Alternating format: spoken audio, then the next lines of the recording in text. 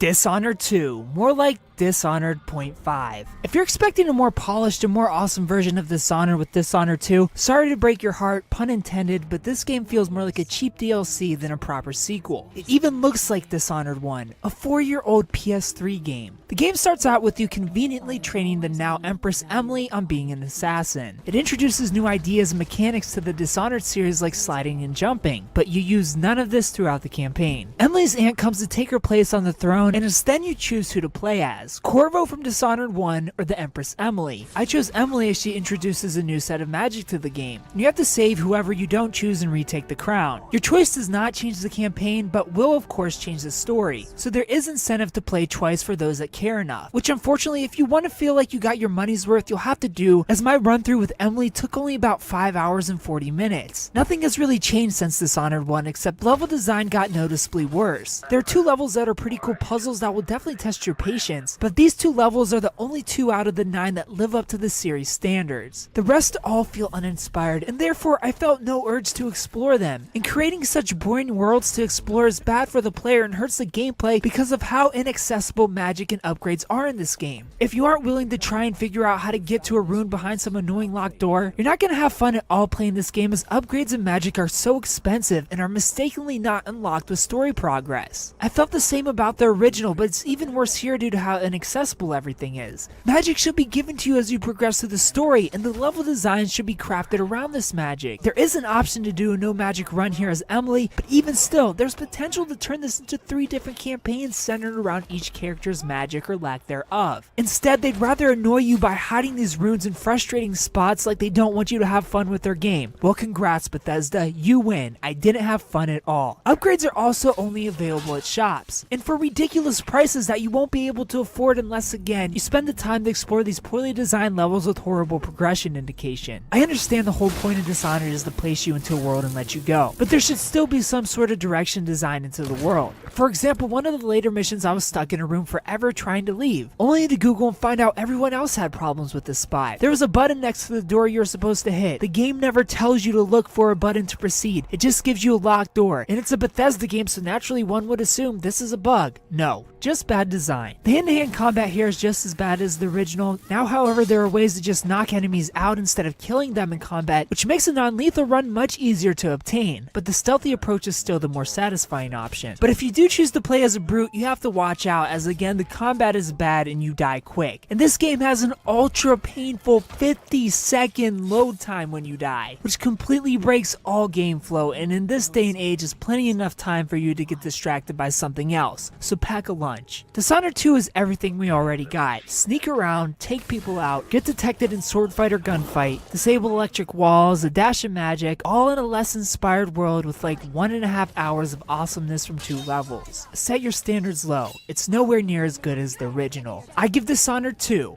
a 6 out of 10. If you played Dishonored 2, tell me what you thought about it down in the comment section below. If you haven't played it, tell me if you plan on picking it up. Thumbs up if you like the video, subscribe if you're new to the channel, and tune in Monday for First Impressions, where you find out what game we're playing next. Thanks for watching.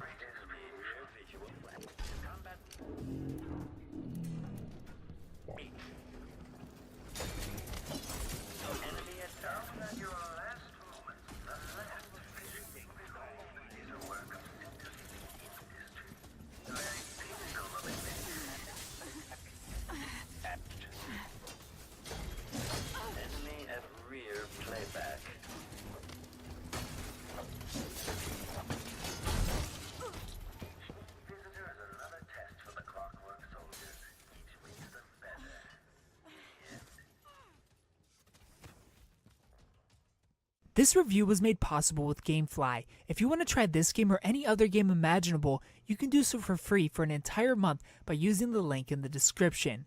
Free shipping, no late fees. Thanks for watching.